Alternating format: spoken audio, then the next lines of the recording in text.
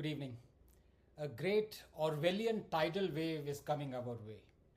It carries with it wokeism and victimhood and the rest of the deadwood leftist paraphernalia, but this is not our greatest worry. What will drown us is not these postmodernist claptraps or oeuvres of dangling drawing room conversations, no.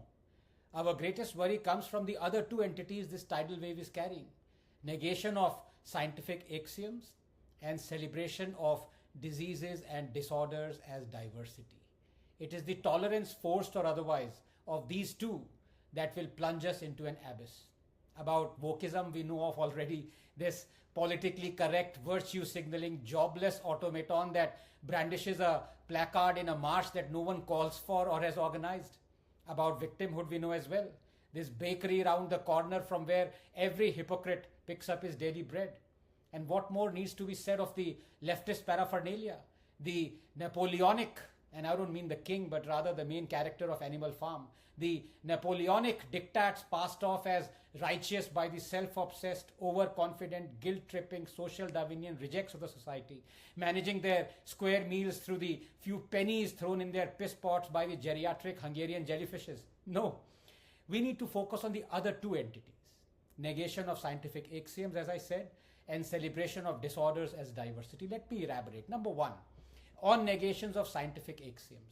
Remember Justice Chandrachud's utterances a few months ago that there is no absolute biological man? The only thing worse than seeing the Chief Justice of India confuse science with sociology and sex with gender was to see no one in that packed courtroom correct him. Sorry, him or her or it, depending upon how the Honorable Chief Justice identifies himself.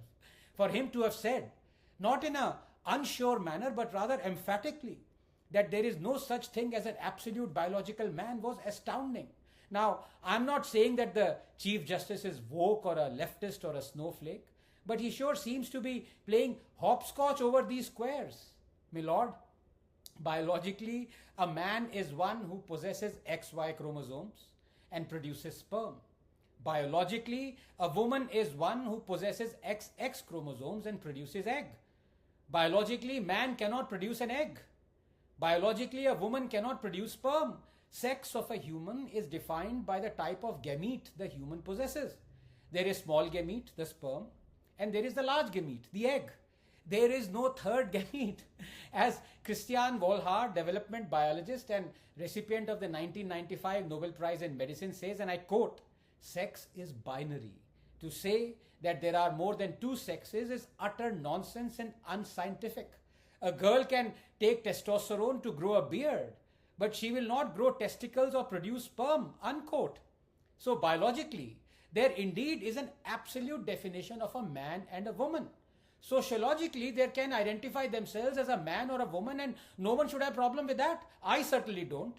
Do not confuse sex, that is biological, with gender, that is social. Besides, for a judge to interchange sex and gender raises serious medical and legal quandaries. Our laws are made keeping in mind biological and not sociological man or woman. Just imagine, you find a man's genome on a crime scene, but the judge says there's no such thing as an absolute biological man, and so a man could not have committed the crime. On a more serious note, biological man and biological women respond differently to medical treatments. Indeed, for many diseases, the treatment is tailored depending upon the sexuality. Did you know esophageal function is sex dependent? And in esophageal disease like GRD or Barrett, even esophageal cancer, the treatment is tailored on the biological sex of the patient. You can't treat a biological man like you would treat a biological woman, even if the former identified himself as a woman. This conflation of sex and gender can be devastating for practitioners of clinical medicine. Look, this is not just about toilet or locker room entry. You are already seeing biological men who identify themselves as women sweeping all the medals in sports categories hitherto meant exclusively for biological women. You already have schools declaring themselves helpless at preventing 18-year-old men entering and flashing themselves inside toilets meant for 12-year-old girls because the former identify themselves as women. A biological man called William Thomas, ranked 554th in a men's swimming category, came first and beat the record by an astonishing 38 seconds when he began competing in the equivalent women's category once he changed his name to Leah Thomas and started identifying himself as a woman. Is this fair for biological women? Just yesterday, we had this horrendous case in the Olympics where the Algerian Imane Khalif, who was disqualified, by the way, by the International Boxing Association or Federation for possessing XY chromosomes, being allowed by the Olympic Association to fight in the women's category. He fought the brave Italian Angela. The bout lasted 46 seconds. It was terrifying to watch those blows on Angela. Angela said later, she's never been hit so hard before. She said this was unfair. Sorry, Angela, but you're wrong. This was not unfair. This was criminal. I ask you, where would this end? Ironically, by peddling such statements, the Chief Justice is actually working against the interests of biological women and their rights, something they fought for centuries to get. Fact is, science tells you that any observable entity must be defined, but it also tells you that you cannot swap definitions. You can add to the definitions. You can feel you're a man. You can even sense it inherently. But that is not to say that you are biologically a man.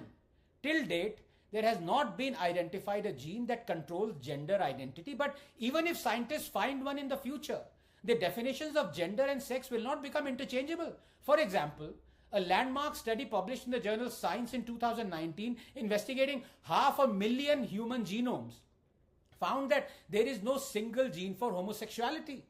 But homosexuality has a genetic component in addition to a non-genetic one. This is not to say that homosexuality is not natural. Of course it is. Likewise, gender identity is also natural. Any biological man or woman should be free to identify himself or herself any which way they want. But to conflate gender with sex would be plain wrong. Now to the second most dangerous entity, celebrating disease or disorder as diversity. We are soon entering an age where you will no longer be allowed to call a genetic disease, a genetic disorder, or a genetic syndrome a disease, a disorder, or even a syndrome.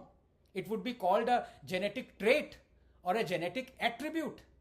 Klinefelter characteristic, Down's attribute, motor neuron trait. An incapacitating malady will be called an invigorating feature. A debilitating mutation would be rephrased as a defining mutation. They will force you to live with diseases, even take pride in them, celebrate them. It has already started with obesity, has it not? Genetic disorders will be next. By the way, 1 in 700 babies born have Downs, a disorder where they have an extra copy of chromosome 21. And rightly, we call it a disorder, do we not? On the other hand, 1 in 600 babies born have Klinefelter, a disorder where they have an extra copy of chromosome X. And yet, you don't want to call it a disease or a disorder, but rather claim that it comes under the category intersex, just so you can negate the binary nature of sex and claim sex is a spectrum. You can't branch off harmful mutations and genetic deletions and additions into separate categories. They are aberrations, exceptions to the rule. That's why they occur 1 in 1,000. Don't celebrate disease or disorders as diversity, but that is exactly what you will see being done soon. This is, I am afraid, cult fighting science and overpowering it, like what the church did with Galileo. Will we allow history to repeat itself? Will we?